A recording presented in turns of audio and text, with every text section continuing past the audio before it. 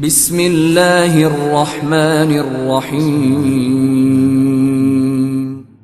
In the name of Allah, the Beneficent, the Merciful. صدري ويسر لي أمري واحلل عقدة من لساني يفقه قولي رب اشرح لي صدري ويسر لي أمري واحلل عقدة من لساني يفقه قولي. السلام علیکم ورحمۃ اللہ وبرکاتہ. ان الحمد للہ نحمده ونستعینه ونستغفره ونعوذ باللہ من شرور انفسنا ومن سیئات اعمالنا. من يهده الله فلا مضل له ومن يضلل فلا هادي له. واشهد ان لا اله الا الله وحده لا شريك له واشهد ان محمدا عبده ورسوله. اما بعد فإن خير الحديث كتاب الله وخير الهدي هدي محمد صلى الله عليه وسلم وشر الأمور محدثاتها وكل محدثة بدعة وكل بدعة ضلالة وكل ضلالة في النار. رب اشرح لي صدري ويسر لي أمري واحلل عقدة من لساني يفقهوا قولي. رب زدني علما رب زدني علما رب زدني علما. سبحانك لا علم لنا إلا ما علمتنا إنك أنت العليم الحكيم. حمد و صلات کے بعد آج کا جو موضوع ہے وہ بڑا اہم موضوع ہے اور عام طور پر اس موضوع کو اختیار کرنے کے سلسلے میں ہی بہت سارے لوگوں کو الرجی ہوتی ہے، مگر موضوع بہت اہم ہے اور چونکہ یہ معاشرے کی ایک ضرورت والا موضوع ہے، اس لیے میں نے ایک تو ہم جس ملک میں ابھی رہ رہے ہیں اس ملک کی ایک مناسبت بھی سامنے آ رہی ہے، مگر یہ کوئی شرعی مناسبت نہیں ہے جس کی وجہ سے میں نے اس موضوع کو اختیار کیا. صرف یہ ایک اتفاقیہ مناسبت ہے کہ جس کی وجہ سے یہ موضوع یاد آیا یا اس موضوع کو بیان کرنے کا سبب بنا، ورنہ موضوع ایسا ہے کہ ہماری آپ کی اور سارے انسانوں کی اور سارے مسلمانوں کی ضرورت ہے، کیونکہ مسئلہ جاننا بہت ضروری ہے. جس مسئلے کی ہمیں ضرورت ہے کہ اس موضوع کی شرعی حیثیت کیا ہے، شریعت کیا کہتی ہے، کیا واقعی اپنے وطن سے محبت کرنا کار ثواب ہے یا اپنے وطن سے محبت کرنا جرم ہے. شرعاً یہ نیک کام ہے یا کہ گناہ کا کام ہے یا کہ مباح ہے، اس کی شرعی حیثیت کیا ہے، اس میں اللہ اور اس کے رسول صلی اللہ علیہ وسلم کا حکم کیا ہے، اور ہم کو اپنے وطن سے محبت کرنے کا معیار کیا ہونا چاہیے، اور محبت کرنے کی بنیاد کیا ہونی چاہیے، اور محبت کس حد تک کرنی چاہیے. مسئلہ بڑا اہم، ان پہلوؤں میں ان کی اہمیت پوشیدہ ہے. تو سب سے پہلے یہ میں عرض کرنا چاہتا ہوں کہ اللہ رب العالمین نے انسان کو پیدا فرمایا اور اس انسان کے اندر فطرتاً بائی نیچر اس کی طبیعت میں کچھ چیزیں اللہ رب العالمین نے ودیعت فرمائی ہیں، ڈال دیا ہے. اس کو ہم اور آپ نکالنا بھی چاہیں تو نکال نہیں سکتے. بہت ساری چیزیں، مثال اس کی ہم لوگ اپنے آپ سے محبت کرتے ہیں، اپنے صحت کی فکر کرتے ہیں، اپنے جان و مال کی فکر کرتے ہیں، اس کو کوئی کہنے کی ضرورت ہے کہ بھائی آپ کیوں اپنے آپ سے محبت کر رہے ہیں؟ اپنے اہل و عیال سے محبت کرتے ہیں، اپنے ماں باپ سے محبت کرتے ہیں، اپنے بھائی بہن سے محبت کرتے ہیں، یہ ساری چیزیں کہنے کی ضرورت نہیں ہے، یہ محبت اللہ رب العالمین نے ہمارے اندر ڈال رکھا ہے، اور یہ اس انسان کی زندگی اور اس زندگی کو قائم رکھنے کا اللہ رب العالمین کا ایک میکانزم ہے۔ یہ کیوں اللہ رب العالمین نے آدم علیہ السلام کو پیدا فرمایا اور اس کے بعد دادی حوا کو پیدا فرمایا، اس کے بعد اس دنیا کے اندر اس سرزمین پر جتنے بھی انسان آباد ہیں وہ انہی دادا آدم اور دادی حوا علیہم السلام کی اولاد ہی تو ہیں۔ تو اب اس دنیا کے اس زندگی کے سلسلے کو قیامت تک قائم رکھنا تھا اللہ کو، تو اس سلسلے کو قائم رکھنے میں جو سسٹم مفید تھا وہ سسٹم اللہ رب العالمین نے انسان کے اندر فطرتاً ڈال دیا کہ ایک ماں باپ سے جب ایک نوزائیدہ ننھا سا بچہ پیدا ہوتا ہے تو اس کو شریعت کے اوپر اللہ نے نہیں رکھا کہ قرآن میں آیت نازل فرمائے اللہ کہ ماں باپ کے لیے واجب ہے کہ اپنے بچے کی دیکھ ریکھ کریں، نہیں تو پھر دیکھ ریکھ کون کرتے؟ جو قرآن کو مانتے وہی دیکھ ریکھ کرتے، باقی دوسرے لوگ دیکھ ریکھ نہیں کرتے۔ لیکن اللہ رب العالمین نے ایک سسٹم بنا دیا کہ ہر ماں باپ کے اندر اپنے اس نوزائیدہ بچے کے لیے ایسی محبت ڈال دی کہ چاہے کوئی مسلم ہے، چاہے کوئی غیر مسلم ہے، یہودی ہے، عیسائی ہے، کیونکہ اللہ رب العالمین کو انسانیت کے اس سلسلے کو قیامت تک قائم رکھنا ہے۔ کافر اپنے کفر پر قائم رہتے ہوئے گزارے گا، ایمان والا مومن آدمی اپنے ایمان پر رہتے ہوئے، لیکن اس بچے کو ضرورت ہے ماں باپ کے نگہداشت کی، تو اللہ رب العالمین نے یہاں پر کسی شریعت کا محتاج نہیں بنایا، ہر ماں باپ کے اندر یہ محبت ڈال دی کہ وہ اپنے بچوں کی پرورش کریں۔ تو میں یہ عرض کر رہا تھا کہ کچھ چیزیں اللہ رب العالمین نے فطرتاً انسان کے اندر ڈال رکھا ہے، اس کی طبعی ضرورت بھی ہے، اور اس کی فطرت کے اندر اللہ رب العالمین نے اس چیز کو ودیعت بھی کر رکھا ہے۔ تو جیسے ان چیزوں سے محبت کرنا اللہ رب العالمین نے انسان کے فطرت کے اندر ڈال رکھا ہے، اسی طرح سے انسان جہاں پیدا ہوتا ہے، جہاں پلتا ہے، بڑھتا ہے، بچپن گزارتا ہے، اس کے یار دوست، پڑوسی، معاشرے کے دیگر افراد، جہاں پر اس کے میل جول، جہاں پر اس کے والدین ہیں، فوت ہو گئے، قبرستان میں مدفون ہیں، یہ جتنے بھی سلسلے ہیں، ایک دوسرے سے رشتے ہیں، وہ جس جگہ کے لوگوں سے آپ کا رشتہ استوار ہے، اللہ رب العالمین نے وہ فطرت میں ہمارے ڈال رکھا ہے کہ فطری طور پر ہمیں اس جگہ سے، اس مٹی سے محبت ہوتی ہے۔ میں دوران مطالعہ میں نے ایک عجیب چیز کی، عربوں کے اندر ایک رواج تھا کہ جب وہ سفر کرتے تھے کہیں پہ یا لڑائی وغیرہ کے لیے اپنی بستی سے نکل کر جاتے تھے تو اپنے وطن کی مٹی اپنے ساتھ لے کر جاتے تھے اور اس کو بسا اوقات سونگا کرتے تھے کہ یہ میرے وطن کی مٹی ہے۔ یہ اللہ رب العالمین نے ان کو کہیں آسمانی کتاب کے اندر کوئی حکم نہیں آیا، لیکن یہ ان کی محبت تھی اپنے اس وطن اور اپنی سرزمین کی، جو ان کے اس عمل سے ظاہر ہو رہی تھی، اور کوئی بات نہیں ہے۔ بس ہم کہیں کہ یہ کوئی کار خیر کر رہے تھے وہ، یا کوئی گناہ کا کام کر رہے تھے، نہیں، ان کی فطرت کے اندر اپنے اس سرزمین کے لیے محبت تھی، وہ کر رہے تھے۔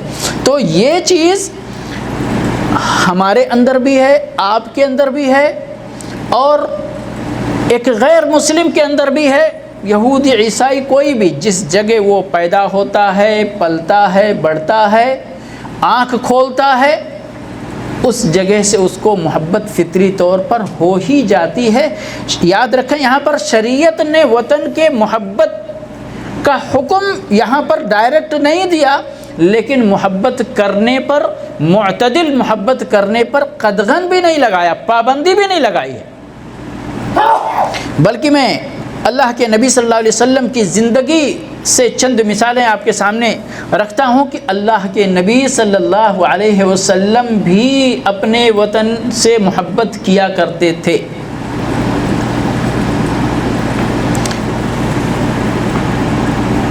نبی بنائے جانے سے پہلے بھی اور نبی بنائے جانے کے بعد بھی، ہجرت کرنے سے پہلے بھی اور ہجرت کرنے کے بعد بھی،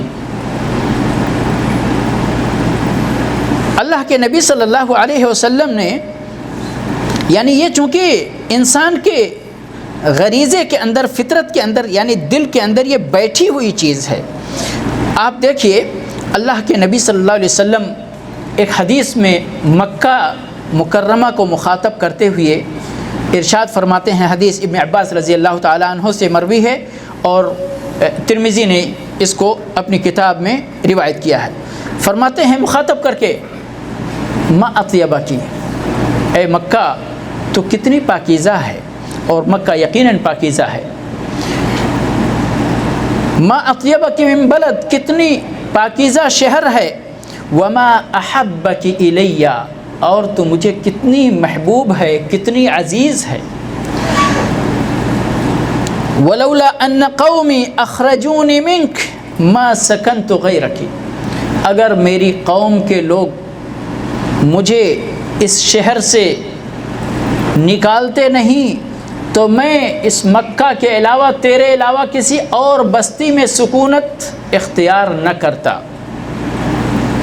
یہ اللہ کے نبی صلی اللہ علیہ وسلم نے یہ حدیث اس وقت ارشاد فرمائی تھی جب آپ مکہ سے نکل رہے تھے، مکہ کی طرف آپ نے گویا کہ یہ خطاب آپ سب کو معلوم ہے کہ مخاطب کس کو کیا جاتا ہے، جس کے پاس عقل ہوتی ہے، جو سمجھتا ہے، لیکن یہاں پر یہ مخاطب مکہ کو سمجھانے کے لیے یہ خطاب نہیں تھا، بلکہ اپنے شعور کے اظہار کے لیے تھا، اپنی محبت کے اظہار کے لیے تھا کہ اے مکہ میں تجھ سے بڑی محبت کرتا ہوں، ٹوٹ کر محبت کرتا ہوں، اگر میری قوم والے مجھے نکالتے نہیں، یہاں سے بھگاتے نہیں تو ہم یہاں سے نہ نکلتے۔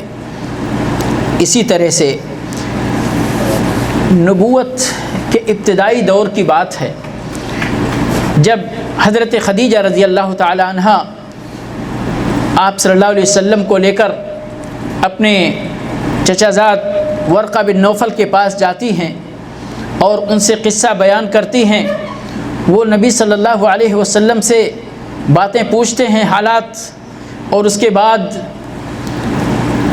بہت ساری باتیں کہتے ہیں کہ آپ کے قوم والے آپ کو ستائیں گے، ظلم کریں گے۔ آخر میں کہتے ہیں یہاں تک کہ ظلم کی انتہا ہوگی کہ آپ کو آپ کی قوم والے اس مکہ شہر سے نکال بھی دیں گے۔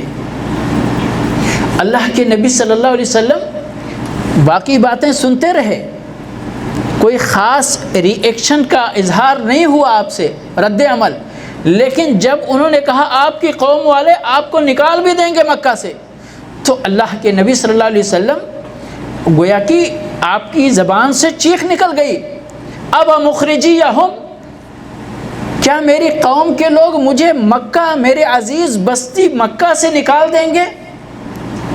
میں اس چیز کو کیسے برداشت کروں گا؟ اور اللہ کے نبی صلی اللہ علیہ وسلم کے اخلاق کے بارے میں نبوت سے پہلے آپ سب کو معلوم ہے کہ مکہ کے لوگ آپ کو صادق اور امین کہہ کر پکارتے تھے، ہے کہ نہیں ہے؟ ایک بندہ ہوتا ہے اپنے معاشرے میں پہلے سے ہی اس کی کوئی عزت نہیں ہوتی ہے تو بہت سارے لوگ کہتے ہیں ارے بھائی اس بستی میں تو ہماری کوئی عزت نہیں ہے، کوئی ہمیں کوئی مقام نہیں دیتا، کوئی ہم سے محبت نہیں کرتا، کوئی ہمیں اہمیت نہیں دیتا، کیا فرق پڑتا ہے، ہیں تو ہیں، نہیں ہے تو نہیں۔ اللہ کے نبی صلی اللہ علیہ وسلم کو یہ صدمہ اپنے ان اخلاقی اور خوبیوں کے پیش نظر بھی کہ یہ لوگ جو مجھے صادق اور امین کا لقب دے رہے ہیں، مجھے میرا نام نہیں لے رہے میری عزت سے، یہ لوگ بھی ایک دن ایسا آئے گا کہ ہمیں نکال بیٹھیں گے اس ملک سے۔ او مخرجیہم، تو یہاں پر علماء نے کہا ہے کہ یہ دلیل ہے آپ صلی اللہ علیہ وسلم کے دل میں آپ کی اپنی بستی اور وطن کے لیے محبت کی، اور یہ کوئی عیب کی بات نہیں ہے، شرع نے اس کی اجازت دے رکھی ہے۔ یہ تو مکہ کی بات تھی، اور بھی احادیث ہیں، لیکن اختصار کے پیش نظر آگے بڑھتا ہوں۔ اللہ کے نبی صلی اللہ علیہ وسلم مکہ سے ہجرت کر کے مدینہ جاتے ہیں۔ مدینہ پہنچ گئے آپ، مکہ چھوڑ چکے ہیں آپ۔ کئی سالوں کے بعد اگرچہ مکہ آپ کے ہاتھوں پہ فتح بھی ہو جاتا ہے، لیکن آپ صلی اللہ علیہ وسلم مدینہ کو اپنا مسکن بنا چکے ہیں، اور اس سے بھی آپ صلی اللہ علیہ وسلم محبت کرنے لگے ہیں۔ تھوڑی دیر پہلے میں نے عرض کیا نا کہ بندہ جہاں پہ رہتا ہے اور جہاں بود و باش اختیار کر لیتا ہے، جہاں کی ہوا اسے راس آ جاتی ہے، جہاں کے لوگوں سے محبت ہو جاتی ہے۔ ہمارے کسی استاذ نے بہت پہلے کہا تھا، انہوں نے کسی یعنی دانشور یا کسی سے نقل کیا تھا کہ جس شہر میں آپ کا دل نہ لگے، اس شہر والوں سے دل لگا لو تو اس شہر میں دل لگنے لگے گا۔ سمجھ گئے؟ تو اب مدینہ میں آپ صلی اللہ علیہ وسلم کس کے ساتھ تھے؟ انصار کے ساتھ تھے۔ آپ کے وہ مہاجرین تھے جو سب کچھ تج کر صرف آپ کی صحبت اختیار کرنے، اللہ اور اس کے رسول صلی اللہ علیہ وسلم کو اختیار کیا تھا، باقی دنیا کی ساری چیزیں ترک کر دی تھیں۔ آپ ان کے جلوں میں زندگی گزار رہے تھے، بھلا اس سے محبت ہونا ناممکن چیز ہے؟ نہیں، محبت ہو گئی۔ آپ صلی اللہ علیہ وسلم اور بہت سارے دیگر صحابہ کرام کو بھی مدینہ شروع میں راس نہیں آ رہا تھا۔ آپ صلی اللہ علیہ وسلم کے دربار میں شکایت بھی پہنچتی تھی، فلاں بیمار ہو گیا، فلاں بیمار ہو گیا۔ آپ صلی اللہ علیہ وسلم نے مدینہ کے لیے دعائیں فرمائی، برکت کے لیے بھی دعا فرمائی، مدینہ کی ہواؤں کے صحت مند ہونے کے لیے بھی دعا فرمائی، اور اس لیے بھی دعا فرمائی کہ اے اللہ میرے دل میں مدینہ کی اتنی محبت پیدا کر دے جتنا کہ مکہ، بلکہ مکہ سے بھی ڈبل محبت مجھے مدینہ کی دے دے۔ سمجھ گئے؟ تو اب یہ کون ہے؟ سرور کائنات صلی اللہ علیہ وسلم کا اپنا عمل ہے یہ کہ آپ اتنی محبت کر رہے ہیں۔ اور یعنی حدیث کے الفاظ ہیں جو دعا آپ نے کی، صحیح بخاری کے الفاظ، اللہم حبب الینا المدینہ کحبنا مکہ او اشد، کہ اے اللہ مدینہ کو ہمارے لیے اسی طرح محبوب کر دے جس طرح مکہ ہمارے لیے محبوب تھا، بلکہ اس سے زیادہ محبت مجھے مدینہ کی دے دے۔ یہاں تک کہ بات جب آپ غزوات کے لیے نکلتے تھے، مدینہ سے باہر چلے جاتے تھے، واپسی میں جب آپ مدینہ واپس آتے تھے، انس بن مالک رضی اللہ تعالیٰ عنہ کی روایت ہے کہ کان رسول اللہ صلی اللہ علیہ وسلم اذا قدم من سفر فابصر درجات المدینہ اوضع ناقته۔ غزوہ کے لیے، سفر کے لیے، آپ حج کے لیے بھی گئے، عمرہ کے لیے، اکثر بیشتر آپ کا سفر غزوات کے لیے ہوا کرتا تھا۔ جب آپ واپس آتے تھے، جب مدینہ یعنی درجات کا مطلب ہوتا ہے مدینہ کی سیڑھیاں، اور مراد یہ ہے کہ جب مدینہ سے آپ قریب ہو جاتے تھے کہ مدینہ کی جھلکیاں نظر آنے لگتی، تو آپ اپنی سواری کو تیز کر دیتے کہ مدینہ جلدی پہنچ جائیں۔ جبل احد کے بارے میں حدیث سنی ہوگی کہ یہ پہاڑ وہ پہاڑ ہے جو ہم سے محبت کرتا ہے، اور ہم اس پہاڑ سے محبت کرتے ہیں۔ مدینہ کا پہاڑ ہے نا۔ تو یہ ساری احادیث اگر ہم سامنے رکھتے ہیں تو کیا بات سمجھ میں آتی ہے کہ وطن سے محبت کرنا کوئی معیوب بات نہیں ہے، عیب کی بات نہیں ہے، بلکہ یہ فطری چیز ہے۔ اس کے لیے ہمیں کچھ کرنے کی بھی ضرورت نہیں ہے، اور اگر کرنے کی ضرورت ہے تو یہ جس طرح اللہ کے نبی صلی اللہ علیہ وسلم نے دعا فرمائی اس طرح دعا ہم کر سکتے ہیں۔ آپ کسی بستی میں رہ رہے ہیں، آپ کا من نہیں لگ رہا ہے اس بستی میں، آپ اللہ سے دعا کر سکتے ہیں، اللہ میرا من لگائے اس بستی میں، اس بستی سے مجھے محبت کر دے۔ اگر آپ وہاں رہ رہے ہیں اور بستی اس لائق ہے کہ آپ وہاں رہیں تو کوئی مسئلہ نہیں ہے۔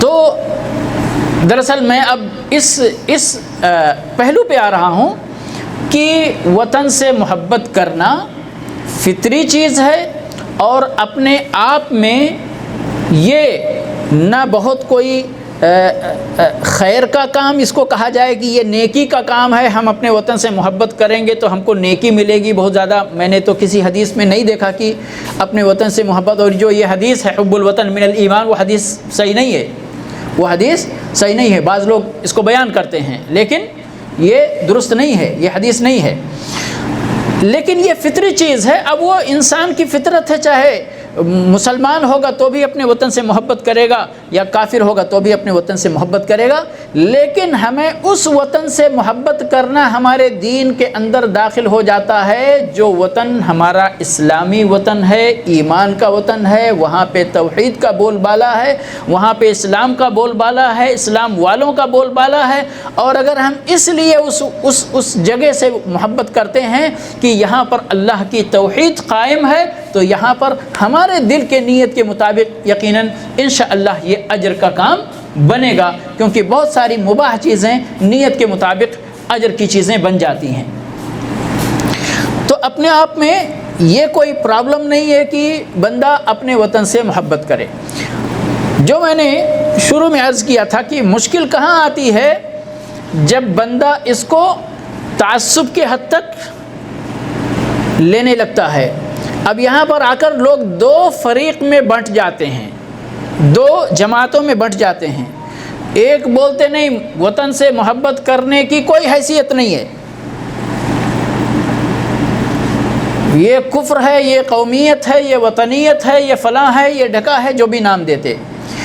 اس کے بالمقابل دوسرے لوگ اس کو شرعی حیثیت دینے لگتے، نہیں صاحب وطن سے محبت کرنا، جیسے میں نے کہا حدیث کیوں گڑھی گئی ہے یا کیوں حدیث کہہ کر لوگوں نے اس کو بیان کیا، کیونکہ ان کو نیکی ثابت کرنا تھا، وطن سے محبت کرنے کو نیکی ثابت کرنا تھا کہ یہ ایمان کا حصہ ہے، اس کو نیک عمل بنانا تھا۔ تو یہاں پر دو فریق ہو گئے، ایک وطن کی محبت کو سب کچھ سمجھنے لگے، اور یہاں تک کہ اب آپ یہاں پر جب آئیں گے اس دوراہے پر، تو آپ کو بہت سارے لوگ نظر آئیں گے جو اپنے وطن کے لیے تعصب کریں گے، اپنی زبان کے لیے تعصب کریں گے، اپنے مدرسے کے لیے تعصب کریں گے، اپنی یونیورسٹی کے لیے تعصب کریں گے، اپنے شہر کے لیے تعصب کریں گے، اپنے گاؤں کے لیے تعصب، بستی کے لیے، ہر طرح کے۔ جب بندے کے اندر یہ تعصب کا رجحان پیدا ہونے لگتا ہے تو یہاں تک کہ یہ 4 اماموں کا جو مسئلہ بنا، 4 اماموں کا مسئلہ، یہ صرف تعصب کا نتیجہ ہے، یاد رکھیں، ورنہ یہ امام سبھی امام الحمدللہ سب نے دین کی خدمت کی ہے، سب نے، لیکن یہ جہاں پر مسئلہ نہیں صاحب ہمارا امام ہے، باقی سارے امام اس کے پیچھے ہیں، آپ کا امام آپ کا ہے، لیکن یہی قول تو دوسرے فریق والے بھی کہہ رہے ہیں نا، ان کا امام ہے، باقی ان کے پیچھے ہیں، تو اب کس کو مانیں گے آپ؟ تو مسئلہ یہاں پر شروع ہونا، یعنی پرابلم شروع ہوا یہاں پر کہ جہاں پر تعصب کی بات، اس کے اندر مبالغہ کرنے کی بات آنے لگی، اور اس کو دین کے دیگر امور پر فوقیت دینے کی بات آنے لگی، یہاں تک کہ یہاں خود عرب کے اندر بعث پارٹی جو پرانے عراق میں صدام کی حکومت والی پارٹی تھی، اس کو بعث پارٹی بولتے ہیں۔ بعث پارٹی کا قیام کس بنیاد پر ہوا؟ اور صرف صدام کی بات نہیں ہے، حتیٰ کہ سوریہ کے اندر بھی جو بشار الاسد سے پہلے جو حافظ الاسد ہوا کرتا تھا، ان کے یعنی ان جماعتوں اور ان پارٹیوں کے قیام کی جو بنیاد بنی تھی، وہ بنیاد زبان تھی، عربی زبان۔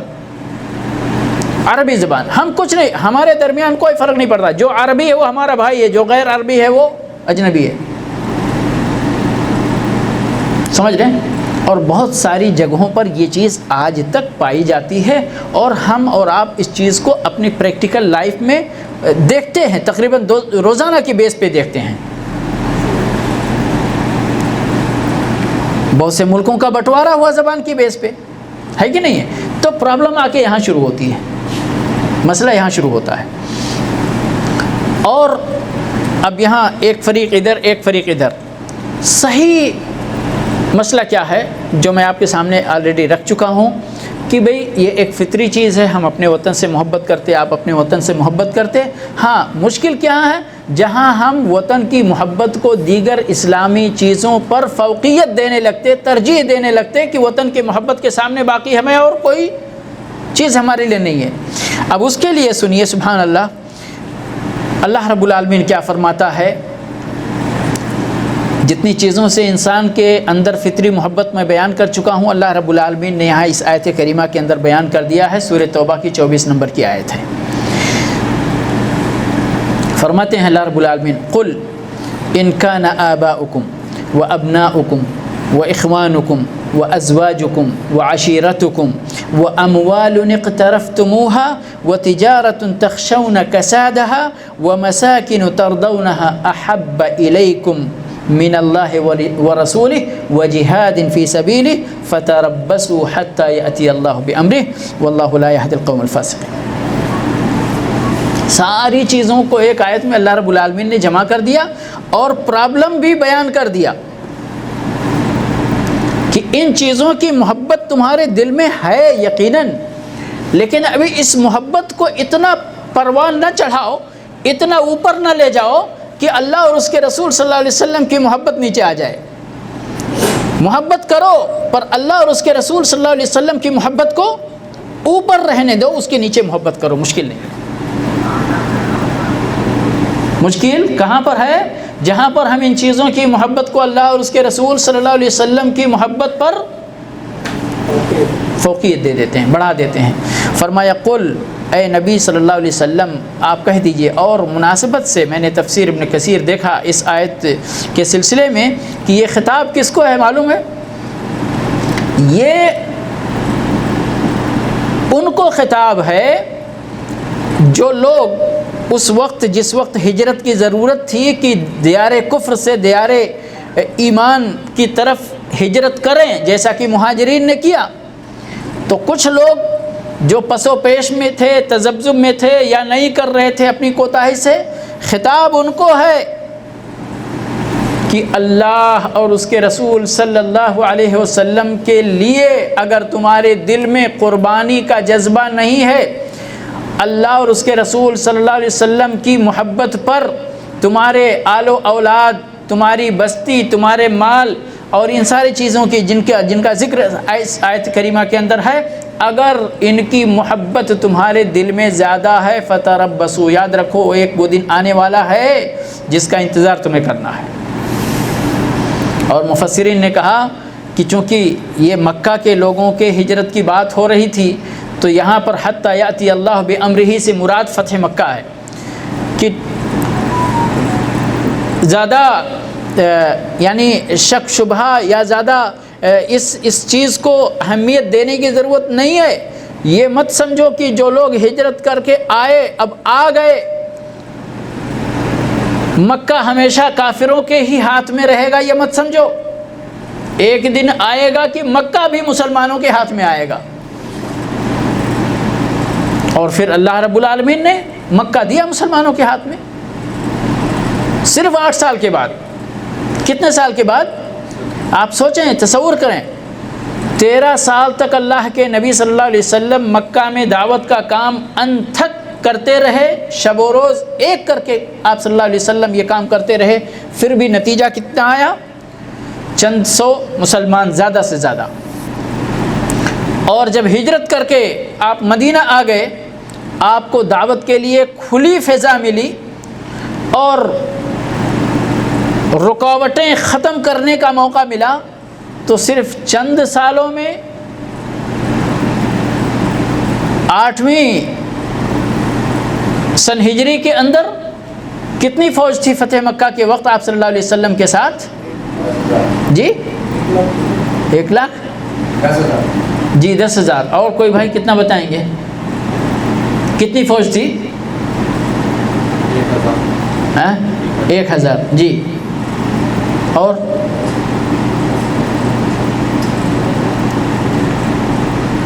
ہاں ہمارے بچے نہیں بتائیں گے کچھ؟ 10,000 جی ہاں. صحیح کیا ہے اس میں؟ جی جزاکم اللہ خیر. تھوڑا پڑھا کریں سیرت، بہت مختصر کتاب ہمارے شیخ عبدالہادی جو الحسام داعی ہوتے ہیں ان کے والد صاحب نے لکھا ہے. بڑی مختصر 21 سبق یا 23 سبق ہے اس کتاب میں، بالکل اختصار. اس میں یعنی کہ تفصیل نہیں، اس میں یہ سمجھیے کہ ڈاٹا ہے، نبی صلی اللہ علیہ وسلم کی زندگی کا صرف ڈاٹا ہے. آپ کی پیدائش کیا ہے، آپ کی وفات کیا ہے، آپ کی بیٹیاں کتنی، آپ کے بیٹے کتنے، آپ کی پھوپھیاں کتنی، آپ کے بیویاں کتنی ہیں، آپ نے غزوہ کتنا کیا، اس غزوے میں کتنے شریک تھے، کتنے شہید، بس یہی ہے. سمجھیے چھوٹی سی پتلی سی کتاب ہے، اردو میں ہے اور شاید ہندی میں بھی کر دیا گیا ہے. اس کو جو پڑھنا چاہیں ہندی میں بھی پڑھ سکتے ہیں لے کر. تو یعنی میں عرض کر رہا تھا کہ صرف 8 سال میں آپ صلی اللہ علیہ وسلم کے ساتھ 10,000 کی فوج، اور اس سے پہلے صرف 2 سال پہلے صلح حدیبیہ کس سال میں ہوا؟ کس سال میں ہوا صلح حدیبیہ؟ میں نے بتا بھی دیا ہے جی 6 ہجری میں. کتنے تھے آپ کے ساتھ اس وقت؟ یہ سوال تھوڑا مشکل ہے لیکن پھر بھی کتنے تھے؟ 7,000 جی. اور صلح حدیبیہ میں آپ صلی اللہ علیہ وسلم کے ساتھ کتنے صحابہ کرام تھے؟ 700 جی 700. ہاں 7,000 اور 700. اور کوئی بتائیں، کنجوسی نہیں کریں. علم کہتے ہیں کہ بہت ساری چیزیں بانٹنے سے ختم ہوتی ہیں، اور علم جو ہے وہ بانٹنے سے بڑھتا ہے، زیادہ ہوتا ہے. تو علم کی خوبی ہے. جی نہیں بتائیں گے؟ عبدالرحیم بھائی کہاں گئے؟ انعام رکھے ہیں جی؟ مختصر سے لوگ تھے جی ہاں. چلیے وقت تاکہ بچے. 1400 سے لے کے 1,500 کی بات کہی جاتی ہے، 1450 کی بات بیچ کی ہے، تھوڑے اوپر تھوڑے نیچے. اور یہ ان کی خوبی کیا ہے، ان کی فضیلت کیا ہے کہ انہوں نے درخت کے نیچے بیعت الرضوان میں شرکت کی تھی. ید اللہ فوق ایدیہم. سمجھ گئے کس بات پر بیعت کیا تھا؟ چلیے علی کل حال میں یہ عرض کر رہا تھا کہ صرف 2 سال پہلے آپ کے ساتھ جانے والوں کی تعداد 1,500 تھی، اور صرف اس 2 سال میں کتنے لوگ بڑھ گئے کہ فتح مکہ کے لیے 10,000 کی نفری آپ کے ساتھ جا رہی ہے. تو بہرحال اب یہ آیت کا ترجمہ سن لیجئے. قل اے نبی صلی اللہ علیہ وسلم آپ فرما دیجئے، ان کان آباؤکم، باپ سے محبت ہوتی کہ نہیں ہوتی؟ ان کان آباؤکم، اگر تمہارے باپ دادا، و ابناؤکم، ذریت بیٹا بیٹی سب شامل ہے اس میں، و اخوانکم، تمہارے بھائی بہن، و ازواجکم، تمہارے جوڑے، شوہر کو بیوی، بیوی کو شوہر، و عشیرتکم، تمہارے کنبے قبیلے خاندان کے لوگ، و اموال اقترفتموها، اور وہ مال جن کو تم نے کمایا ہے محنت کر کے. بہت سارے لوگ اگر مال خرچ کرنے کی بات آئے تو کہتے بھائی بڑی محنت سے کمایا ہے کہ نہیں ہے؟ تو اللہ رب العالمین فرماتے ہیں جس کو تم نے کمایا ہے، اکٹھا کیا ہے، وَتِجَارَةٌ تَخْشَوْنَ كَسَادَهَا، بزنس کرنے سے پہلے ابھی لوگ بولتے فزیبل اسٹڈی ہونی چاہیے تاکہ بزنس میں گھاٹا نہیں ہے. ارے گھاٹا نفع تو اللہ جانتا ہے، تم کرو، اسباب اختیار کرو. لیکن اللہ رب العالمین 1400 سال پہلے کہ بزنس کرتے ہو تو اس گھاٹے کا خطرہ لگا رہتا ہے. وہ تجارت تخشون کسادها، وہ تجارت جس کے گھاٹے کا تمہیں خوف ہے. ومساکن ترضونها، اور اپنی مرضی کے جو تم نے گھر بنائے ہیں، اپنی پسند کے گھر بنائے ہیں، کتنے لوگ بنگلہ بناتے، کتنا ڈیکوریشن، کتنا خوبصورتی کرتے اس میں، وہ مساکن ترضونھا، اپنے من پسند گھر. آگے سنیے، احب الیکم، اگر یہ ساری چیزیں جن کا ذکر ہو چکا ہے تمہارے نزدیک اللہ سے اور اس کے رسول صلی اللہ علیہ وسلم سے اور اللہ کی راہ میں جہاد کرنے سے زیادہ محبوب ہیں، تو یاد رکھو فتربصوا حتی یأتی اللہ بامرہ واللہ لا یہدی القوم الفاسقین. اب آپ دیکھیے کہ اللہ رب العالمین نے صاف صاف بیان کر دیا نا، ہم کو اصول دے دیا نا، ضابطہ دے دیا نا کہ یہ چیزیں ہیں یقیناً محبت کرنے کی، اور ہم روک بھی نہیں رہے کہ تم ان سے محبت نہ کرو، لیکن یاد رکھو کہ ان کی محبت کو اللہ اور اس کے رسول صلی اللہ علیہ وسلم کی محبت پر فوقیت نہ دو. بس اللہ نے کوئی بہت بڑا مطالبہ کیا ہم سے، کیا بہت بڑا مطالبہ نہیں ہے، کیونکہ اللہ یہ ساری چیزیں ہم کو ملی کہاں سے؟ اللہ کے پاس سے ملی. اللہ چاہا تو دیا، اللہ نے چاہا تو دیا، اور نہیں چاہتا اللہ تو نہیں دیتا، ہم محروم ہی محروم رہتے. تو جب اللہ نے دے دیا ہے تو اس کی اس عنایت، اس کی اس عطا کا حق بنتا ہے کہ ہم اس کو زیادہ محبت کریں جس نے یہ ہم کو دیا ہے. آپ لوگ یہاں بیٹھے ہوئے ہیں، ابھی عبدالقیوم بھائی لا کر 100 کا نوٹ سب کو بانٹنے لگے ہیں، تو عبدالقیوم بھائی کا تو شکریہ ادائی کرنا ہے، لیکن ضرور دل میں آئے گا کہ عبدالقیوم بھائی کو یہ پیسہ کس نے دیا، بھائی اس کا پتہ لگانا چاہیے، اس کا شکریہ ادا کرنا چاہیے. اور بہت سارے لوگ، کچھ لوگ تو ہو سکتا ہے شرم کے بارے نہیں جائیں گے، لیکن بہت سارے لوگ پتہ لگنے پہ چلے جائیں گے شکریہ ادا کرنے، اور حق بھی ہے، کوئی بات نہیں ہے. لیکن کہنے کا مطلب یہ ہے یہاں پر کہ اللہ رب العالمین نے ہم کو پیدا کیا، ہمیں ان نعمتوں سے نوازا ہے، اور ان نعمتوں کی محبت اللہ رب العالمین نے ہمارے دل کے اندر ڈال رکھا ہے. اور بھی آیتیں، اس کی بہت ساری آیتیں شاہد ہیں اس چیز کی کہ ہمیں بہت ساری چیزیں پسند ہیں، اللہ رب العالمین نے ہم کو ہمارے دل کے اندر ڈال رکھا ہے، لیکن ان چیزوں کی محبت اور ان پسندوں کو ہمیں اللہ کے اوپر نہیں آنے دینا چاہیے. بس اتنی سی بات ہے.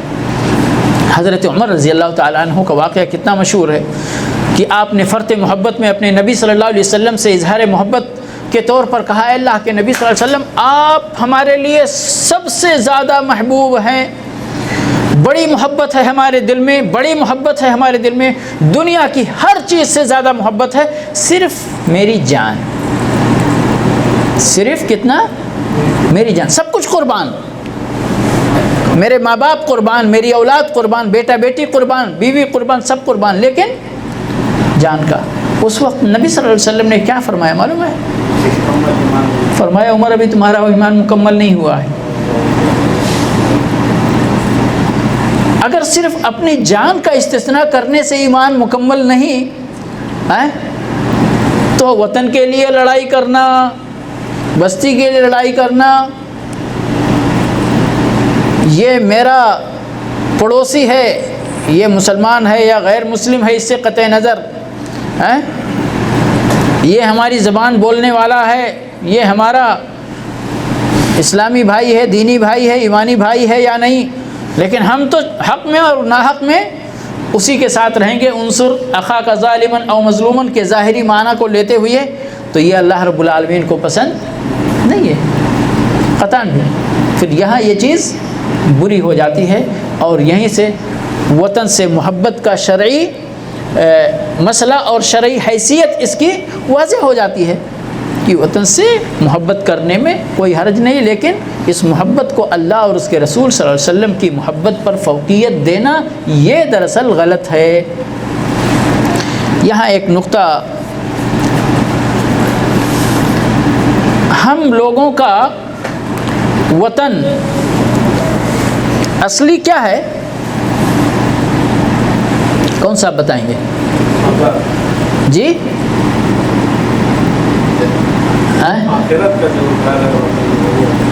جی وہی بتائیں جو معلومات رہے. دیکھیں معلومات رہنے پہ معلومات غلط بھی ہو سکتی ہے اور معلومات صحیح بھی ہو سکتی ہے، لیکن اگر غلط ہے تو اس کی تصحیح یا صحیح ہے تو اس کی تائید کیسے حاصل ہوگی؟ جب آپ اظہار کریں گے پھر حاصل ہوگی، ہے کہ نا؟ جی، ہمارا اصلی وطن کون سا ہے؟ جی جنت سے آئے جنت سے. جی، جزاکم اللہ خیرا.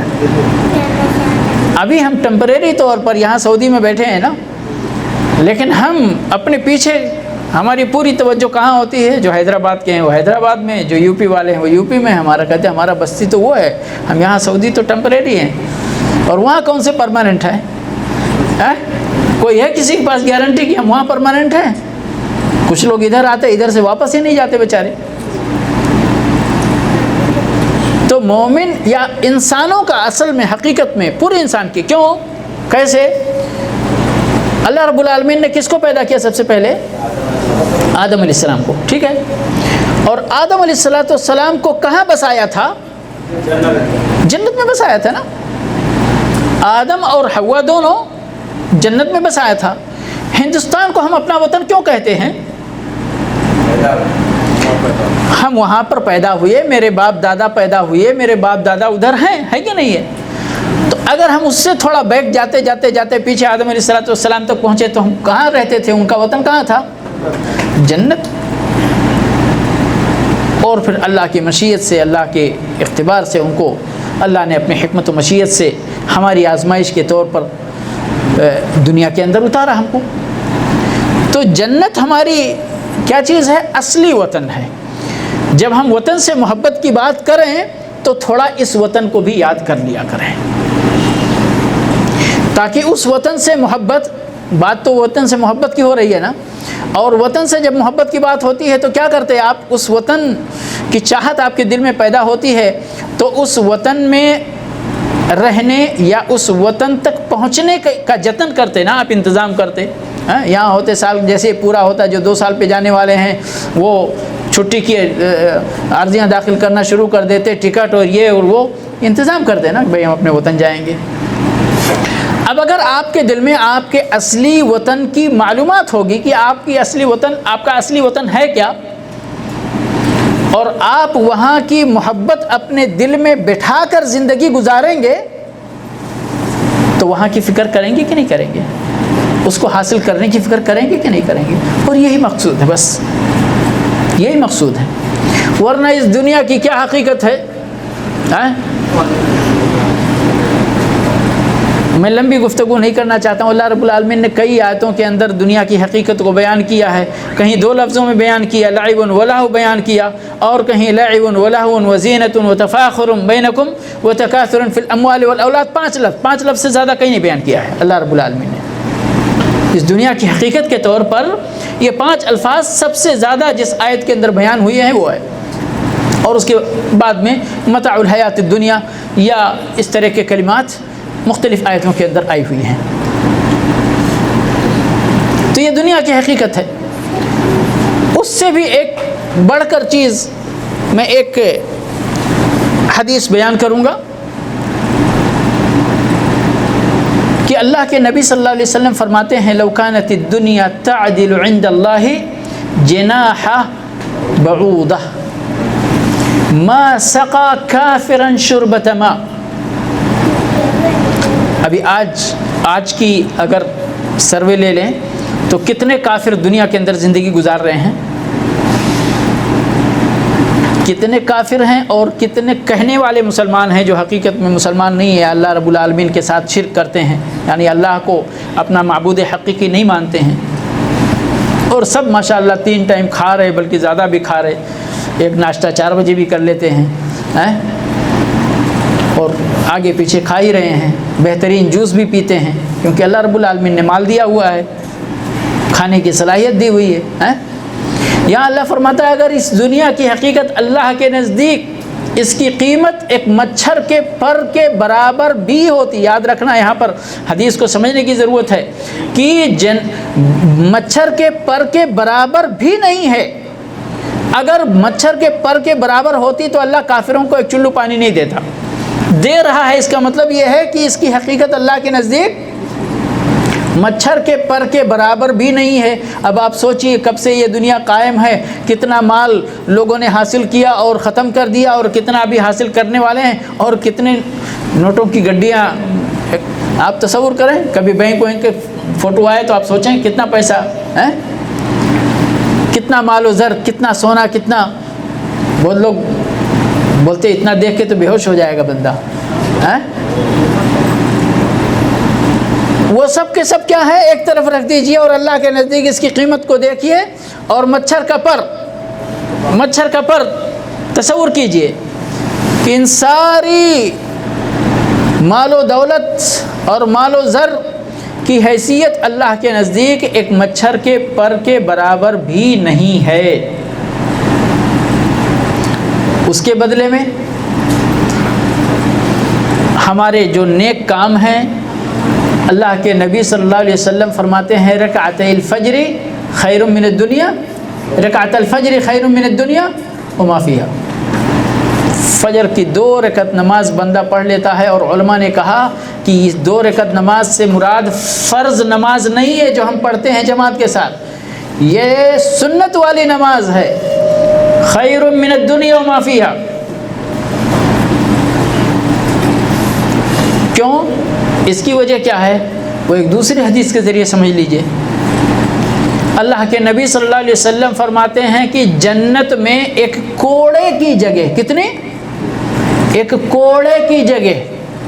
اب کوڑا دیکھے ہیں آپ لوگ؟ جی ہاں، گھوڑے کو مارنے کے لیے پہلے بناتے تھے تاکہ چوٹ بھی نہ لگے، کام بھی چل جائے، سمجھ، چابک جس کو بولتے ہیں۔ تو وہ رسی ٹائپ کا ہوتا ہے، اور ایک سرے میں تھوڑا موٹا ہوتا ہے، لیکن جس سرے سے مارتے ہیں وہ سرا پتلا ہی ہوتا جاتا ہے، یعنی کہ رسی بنائیں آپ اور پتلا اس کو کرتے چلے جائیں تو وہ کوڑا ہے۔ اب آپ سوچیں، آپ رکھ دیجئے اس ٹیبل پہ ابھی، تو وہ کوڑا یعنی کتنی جگہ لے گا؟ 1 میٹر، لیکن چوڑائی میں پھر ہے نا۔ تو ہمیں تو ابھی لوگ ماشاءاللہ آج کل زمینوں کی پیمائش کیسے کرتی ہے؟ زمینوں کی پیمائش کیسے کرتے ہیں؟ ٹیپ سے کرتے ہیں، لیکن وہ پیمائش کیا ہے؟ صرف لینتھ دیکھتے ہیں یا اور کچھ دیکھتے ہیں؟ دونوں دیکھتے ہیں نا جی، مربع جس کو اسکوائر بولتے ہیں، ٹھیک ہے نا، یعنی کہ لمبائی بھی دیکھنا ہے، چوڑائی بھی دیکھنا ہے۔ اگر زمین آپ کی لمبی تو خوب ہے لیکن چوڑائی کم ہے تو بہت کم ہوگی، ہے کہ نہیں ہے؟ تو یہاں وہی دیکھنا ہے کہ ایک کوڑے کی جگہ، لمبائی تو 1 میٹر یا آدھا میٹر، پونا میٹر جو بھی ہے، لیکن وہ کتنی پتلی ہوتی ہے۔ جنت میں ایک کوڑے کی جگہ پوری دنیا وما فیہا سے بہتر ہے۔ اسی لیے رکعت الفجر خیر من الدنیا وما فیہا تھا۔ تو ہمیں اس وطن کی فکر نہیں کرنی چاہیے جس کی یہ حیثیت ہو اللہ کے نزدیک۔ اور بہت ساری جنت کے سلسلے میں جتنی باتیں اللہ رب العالمین نے بیان فرمائی ہیں، آپ پڑھتے چلے جائیے، چاہے وہ آیتیں ہوں اور چاہے اللہ کے نبی صلی اللہ علیہ وسلم کے فرامین ہوں، تو جنت کی محبت آپ کے دل میں بیٹھتی چلی جائے گی۔ لیکن ضرورت ہے کیا؟ پڑھنے کی ضرورت ہے۔ جو ہم پڑھیں گے ہی نہیں تو پھر محبت کیا پیدا ہوگی؟